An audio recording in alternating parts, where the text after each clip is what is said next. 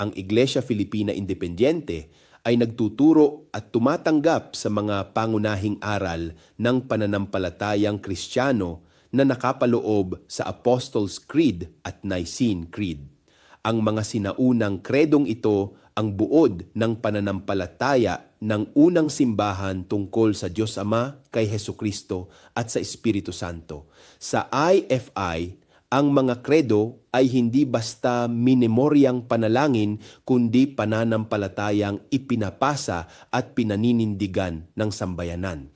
Pinag-uugnay nito ang ating pananampalataya sa iisang Kristiyanong tradisyon habang nananatiling bukas sa buhay at karanasan ng bayan at mamamayan. Ang mga kredo kung gayon ay gabay ng iisang pananampalataya na isinasabuhay sa iba't ibang panahon at kalagayan. Ito ay pananalig na buhay, kumilos at naglilingkod para sa Diyos at sa bayan. Ako si Bishop Tonyo, obispong migrante sa Europa.